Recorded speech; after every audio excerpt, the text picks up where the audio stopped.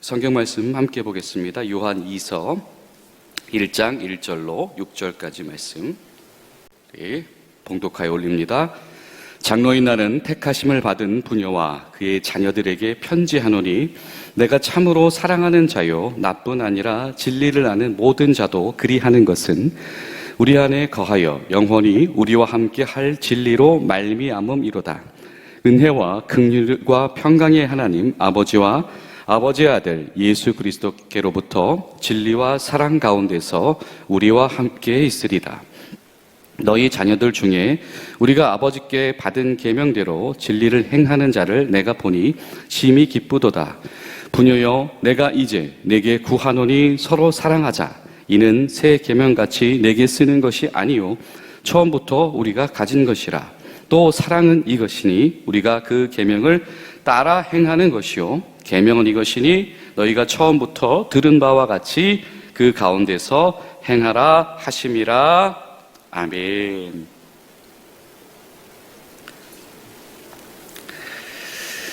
제가 몇 해 전에 같이 근무하던 부대에 복무하시는 우리 미군 군종 장교분과 대화를 나누다가 그분의 팔뚝에 큰 상처를 본 적이 있습니다.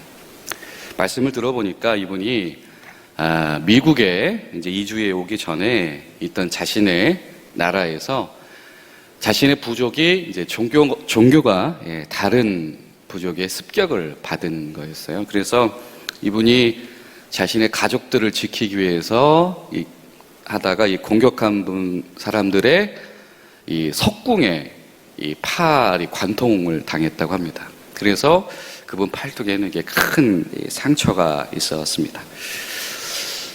제가 그분을 보면서 그런 생각을 했어요. 그렇지.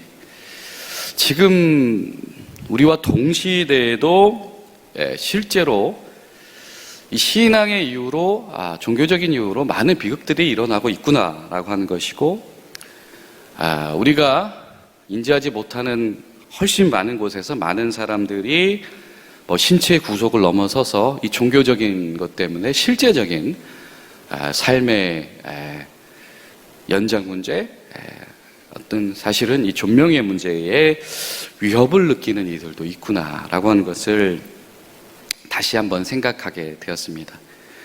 우리가 코로나 이후 시대를 맞이하면서 사실 우리 가운데 그런 고민이 많죠.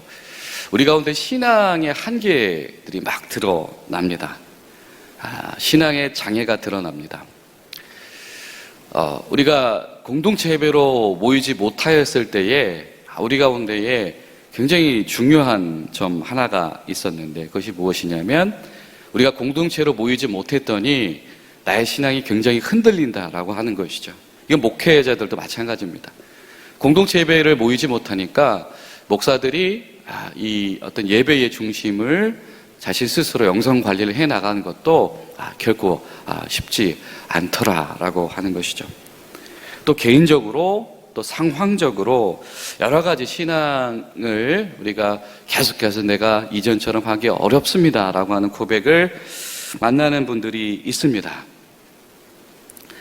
우리가 그런 경험들을 우리에게 해 나갈 때 사실 우리가 어떤 믿음으로 그것을 위로하고 돌파해 나가야 될까? 사실 오늘 우리가 읽은 이 요한 2서의 성경 본문은 성경책에서 가장 짧은 이야기이죠. 동시에 이 사도 요한의 입술을 통해서 교회 공동체에게 다시 한번 마치 요약본처럼 이렇게 던져지는 그런 당부요 간곡한 부탁의 말씀이기도 합니다. 교회들이요, 제발 예수 그리스도의 진리 안에 분명히 서시오. 그리고 교회들이요, 그 가르침대로 제발 사랑을 실천하시오라고 하는 것입니다. 왜 이런 질문을 이 노구에 이 사도 요한이 하고 있을까? 저는 장로입니다. 이런 고백을 하죠. 자, 장로라 하면 여러 교회들의 슈퍼바이저, 아니면은 지도자이기도 하고 조언자이기도 하고 상담자이기도 하고 관찰자이기도 하고 그런 역할을 하는 분들이었습니다. 초대교회에. 오랜 시간 동안 교회에서 성도들 위해서 또 교회 지도자들 위해서 그 사명을 감당해 왔던 사람. 그럼에도 불구하고 그 노년이 될 때까지 교회를 향한 하나님의 관점을 잃지 않기 위해서 시종일관 무엇인가 붙잡고 있었던 사람들, 그런 사람이 바로 장로들이었죠. 그와 당대에 사역했던 사도들은 다 순교하였을 텐데, 그럼에도 불구하고 교회들에게 자신만은 남아서 가지고 있는 책임감, 교회들에게 이건 꼭 전달해야 돼 라고 하는 것이 무엇이었을까? 오늘 성경은 이렇게 이야기합니다. 저는 장로입니다. 그런데 제가 정말 중요하게 보는 부분이 하나 있습니다. 부녀들이요, 그리고 그의 자녀들이요. 이거는 교회를 지칭하는 이 사도 요한의 언어적인 표현입니다. 교회는 어떠한 사람들이냐면 하나님의 택함을 받은 사람들입니다 라고 하는 것입니다. 교회는 어떤 개별적인 목적이나 동기나 상황 속에서 모여진 것이 아니고 하나님께서 사용하시기를 원하는 특별한 공동체이다 라고 하는 것입니다. 여러분, 지금 어려운 시기를 지나오지 않았습니까?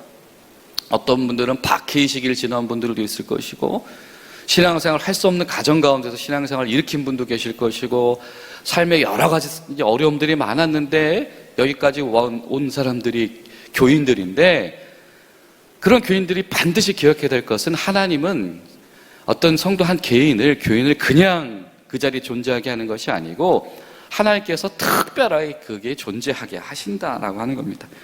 여러분, 우리 군인교회는, 우리 중앙교회는, 그리고 이 땅의 교회들은 하나님께서 특별하게 그렇게 존재하게 하신 것을 우리가 반드시 믿어야 할 줄로 믿습니다. 바꿔 말하면 우리 교회는 우리 교회의 주인이신 하나님 앞에서 오늘도 우리는 어떻게 순종해야 될까를 항상 기억해야 한다라고 하는 것입니다. 자, 그런데 여러분, 이 사도 요한이 얼마나 지금 안타까운지, 아니 내가 이렇게 사랑하는 교회, 그 수많은 시간을 잘 견뎌오는 교회가 또 오늘날에 직면한 어려움이 뭐냐면 교회를 혼란스럽게 하는 이들이 끊임없이 나타나는 거예요. 얼마나 마음이 아프겠어요. 이 성도들이 지금 이 교회를 지금까지 지탱할 때까지 얼마나 많은 일들이 있었는데 그 성도를 좀먹는 이상한 사람들이 자꾸 교회를 흔들어 놓는 겁니다. 마치 영화 대사가 생각나죠? 많이 먹었다 아이가. 이제 제발 좀 교회를 내버려뒀으면 좋겠는데 이상하게 맛있는 음식에는 벌레가 꼬이는 것처럼 교회 주변에는 누군가가 계속 나타나더라라고 하는 것이죠. 4절에 이런 말씀이 등장합니다. 너희 자녀들 중에 우리가 아버지께 받은 계명을 진리대로 행하는 자를 보니 내가 심히 기쁘다. 아니 어떻게 저 교회는 신앙의 전수가 잘 이루어져서 처음 전파되어진 예수님께로 받았던 그 복음 우리가 전수해졌는데 그 복음이 잘 전수가 되어졌다. 여러분, 하나님께서 교회를 세우신 가장 중요한 목적 중에 하나가 무엇일까요? 그것은 바로 신앙의 전수입니다. 교회는 신앙을 전수해야 되는 것이죠. 언제든지 어디서든지 예수님이 누구시다라고 하는 것, 예수님이 그리스도이시다라고 하는 것, 예수님이 참 하나님이신 그분이 우리 몸대로 성육신 하셨고 그분이 보여주신 그 보혈의 사랑, 그것만이 우리가 그분이 다시 오실 때까지 증언해야 한다라고 하는 것에 조금도 흔들림이 없는 것. 교회는 교리를 설파하는 집단이 아니요, 교회는 예수님의 사랑이 무엇인지 그 자체를 모델로 제시할 수 있어야 되고, 그리고 자신들이 제시하는 그 사랑의 이론적인 근거로 복음적인 메시지, 우리의 신앙 고백을 제시할 수 있어야 되는 것. 사실 이것이 사도 요한이 교회들에게 당부하는 핵심일 것입니다. 무엇을 아는가? 그리고 실제로 그것을 믿는 자들이 정말 믿는 것처럼 살아가고 있는가? 그래서 정말 그렇게 살아가는 이들의 계명을 준수하는 열매가 어떻게 맺혀지고 있는가? 이것이 왜 중요하냐면, 여러분 아시는 것처럼 이 초대교회에 직면한 여러 가지 어떤 이 어려움 중에 하나는 바로 순회 전도자들의 문제였습니다. 이 초대교회는 여러 군데로 흩어져 있는 이 가정교회들의 모습을 가지고 있었잖아요. 또 당시에 어떤 모습 중에 하나가 예수를 모르는 사람들에게는 어떤 순회 강연자들이 있었죠. 그렇죠? 이 도시에 가고 저 도시에 가서 막 자신 연구한 이론을 전파하고 뭘 하고 그러면 사람들이 초대하기도 하고 밥을 주기도 하고 뭐 돈을 주기도 하고 그랬단 말이죠. 근데 마찬가지로 이것이 교회 공동체 안에서도 그런 사람들이 나타납니다. 순회 전도자들, 순회 설교자들이죠. 물론 예수님 자체도 순회하셨죠. 그렇죠? 가정가정을 방문하면서 예수님께서 누구네 집에 거하시고 그래 했습니다. 이거 그 당시의 모습들이란 말이죠. 이 사도 요한 한 분이 그냥 한 교회를 오늘날 교회처럼 단임하여서 이렇게 하는 것이 아니고 여러 개 흩어져 있는 작은 교회들이 있는데 그 교회들을 항상 이 순회 전도자들을 만나고 그들을 환대하기도 하고 그들의 가르침 가운데에서 신앙생활을 채워나가는 일들이 살아가는 방식이었는데 근데 그 중에서 이상한 사람들이 있더라라고 하는 거죠. 우리가 사꾼 목사 그런 말도 하는데 그 환대받으려고 가는 사람도 있었을 것이고 또 이상한 걸 배워서 하는 사람도 있었을 것이고 또 원래 배우기는 제대로 복음을 배웠는데 자기가 볼 때 사람들이 이런 걸 더 재미있어 할 것 같고 흥미있어 할 것 같으니까 그런 거 좀 바꿔가지고 하는 사람도 있을 것이고 이 대표적인 것 중에 하나가 이 그럴싸한 복음을 전파한 그 예수님의 그 십자가는 있을 수가 없어. 생각을 해봐라. 신이 죽겠냐라고 하는 거. 그거 예수란 청년이 있었는데 살짝 하나님의 신이 임했다 죽을 때 떠나간 거야라든지 별의별 아주 혹하는 소리가 많이 있는 것이죠. 그러다 보니까 교회들에게 내가 취할 것은 취하고 버릴 것은 버리고 이런 신앙의 본질이 흔들려 버리는 일들이 일어나기 시작을 하는 거죠. 그러니까 오랜 시간 교회를 지키기 위해서 자기 친구들은 다 순교하지만 끝까지 남아있는 자의 마음은 어떤 마음일까요? 교회를 한평생 지키기 위해서 정말 목숨 걸고 있는 입장에서는 이 상황이 너무 안타까운 거죠. 그러니까 다시 편지할 수밖에 없는 거예요. 저는 이것이 사도 한 사람의 이야기가 아니고 한 시점의 이야기가 아니고 한 교회의 이야기가 아니라 어느 세대를 향하든 신실하고 동일하게 관통하시는 하나님의 사랑이다 믿어집니다. 돌아와라 제발 우상 숭배 좀 하지 말아라. 제발 우상에게 혹하지 말아라. 그렇죠? 선지자들 통해서 끊임없이 들려오던 말입니다. 신약 성경에도 계속해서 제발 좀 예수님 사랑으로 한번 사랑해봐라. 제발 좀 흔들리지 말아봐라. 제발 좀 이단에게 휘둘리지 말아봐라 라고 하는 거예요. 여러분 이것이 얼마나 이 교회들의 심각한 문제였으면 결국에는 교회들 가운데 매뉴얼이 생깁니다. 나중에는 이 사도들의 가르침이란 책을 만들어서 그 중에 굉장한 지침들이 있어요. 이 순회 설교자들을 3일 이상 머물게 하지 마라. 그 이상 서로 오래 있다 보면 이상해진다 라든지 예를 들면 그런 세부적인 지침들이 생길 지경이었습니다. 자, 여러분 바로 이 문제예요. 교회의 본래적인 복음을 흔들어 놓는 것들, 이단적인 것들이 있습니다. 이단들 열심히 하잖아요. 그렇죠? 광장 앞에서 요즘에 공원 앞에서 아주 아주 프레젠테이션 자료도 아주 멋지게 만들어 놓고 하는 분들 많더라고요. 하는 분들 적절한지 모르겠네요. 그 단어가 그걸 차치하고서라도 우리 안에 스며들어 있는 이단적인 것들이 있습니다. 이단적인 것들이 무엇입니까? 오늘 성경에 말하죠. 그렇죠? 처음 받은 복음에서 변조된 것은 이단적인 것입니다. 내가 취사 선택한 것, 내가 동의하는 것까지 믿는 것, 아니면 내가 원하는 이론에 부합하는 것만 가져다 쓰는 것, 이것은 이단적인 것이죠. 복음을 가공해서 자기가 교주가 되는 그 신앙에 혹하는 것은 말할 것도 없거니와. 또 이단적인 것만 있을까요? 마귀적인 것이 있습니다. 여러분. 마귀적인 것은 무엇일까요? 육신을 가진 인간은 사단의 공격에 우리는 취약할 수밖에 없지요. 육신을 가지셨던 예수님의 공생의 사역 시작점에 도전했던 사단의 공격이 무엇이었습니까? 욕구적인 것들, 필요한 만족을 위해서 필요한 것, 육체를 위해서 필요한 것, 이거 공급해 줄게 라고. 아니면 힘은 무엇일까요? 권력이 될 수도 있고요, 영향력이 될 수도 있고, 인기가 될 수도 있고요. 이거 가질 수 있게 해줄게. 심지어는 무엇이었습니까? 하나님을 수단으로 이용하는 것. 하나님께서 우리 삶의 주인이 되시는 것이 아니고, 여전히 내 삶의 주인은 나인데, 내 삶의 어떤 부분적으로 아니면 장식으로 하나님적인 것을 장식하는 것. 여러분, 냉정하게 이것은 사단적인 것입니다. 우리 안에 사단적인 신앙이 물들어 있다라고 한다면 오늘 사도 요한의 이 간곡한 메시지를 들어야 됩니다. 부녀들이여, 자녀들이여, 우리가 처음 받은 그것을 전수하기 위해서 우리 애쓰자라고 하는 것입니다. 또 사단은 무엇입니까? 이간질하는 것입니다. 여러분, 교회를, 성도와 성도 사이를 갈라놓는 것, 갈라치기 하게 만드는 것, 마음이 나뉘어지게 하는 것은요, 이거는 무조건 사단적인 것입니다. 성도가 목사가 성도를 욕하고 있다? 이미 목사는 사단의 공격에 넘어진 것입니다. 성도가 목회자를 욕하고 있다? 이미 성도는 사단의 공격에 넘어진 것입니다.